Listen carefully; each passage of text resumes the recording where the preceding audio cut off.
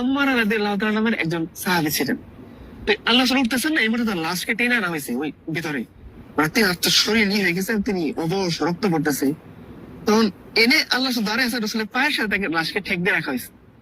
তো রাসূল সাল্লাল্লাহু আলাইহি ওয়াসাল্লাম বলছেন, কি ব্যাপার, তুমি এরকম অবস্থায় কেন? বলছি, ইয়া রাসূলুল্লাহ, আমি যুদ্ধে আসার আগে দোয়া করছিলাম যাতে আল্লাহ তাআলা আমার মৃত্যুটা আপনার পায়ের কাছে, আমার জীবনের শেষ আপনার পায়ের কাছে। আল্লাহ তাআলা তার দোয়া কবুল করছেন। তিনি রাসূলের পায়ে ঠেক দেওয়া অবস্থায় আল্লাহর কাছে চলে গেছেন। আর হচ্ছেন আব্দুল ইবনে জাহাশ। তো তিনি দেখেন যে তার হাত পা কাটা। তার বোনকে জিজ্ঞাসা করেছে যে এরকম অবস্থা কেন? তখন তার সঙ্গে বলতে, শোনো, আমি তার সাথে ওই লাইনে দাঁড়িয়েছিলাম। তখন রাসূলুল্লাহ সাল্লাল্লাহু আলাইহি ওয়াসাল্লাম এই বাহিনীকে দাঁড় করালেন। আব্দুল ইবনে জাহাশ দেখে আল্লাহর কাছে হাত তুলে দোয়া করতেছে। আমরা কি বলতাম, আল্লাহ একটু বাসায় নিয়ে যাও, বউ পোলাপান আছে, ব্যবসা বাণিজ্য দেখে আসছি, বউ পোলাপান আছে, দেখবো। উনি আল্লাহর কাছে হাত তুলেছে, আল্লাহ, আমি দুশমনের সাথে শক্তিশালী দুশমনের মোকাবেলা করতে চাই। বলছে, কেন শক্তিশালী দুশমনের মোকাবেলা করতে চাও? আল্লাহ, সে আমাকে হত্যা করবে, আমি তাকে হত্যা করবো, এরকম মোমেন্টে চলে যাবে, আর সে আমার উপর বিজয়ী হবে, আমাকে কতল করে দিবে। কেন?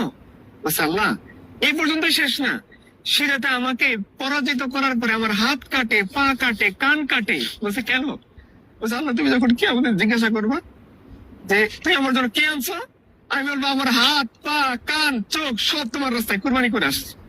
তখন ওই বললেন যে এই হলো তার দোয়া, যে দোয়ার কারণে আল্লাহ তাকে এরকম একটা শাহাদাত নসিব করছে। তো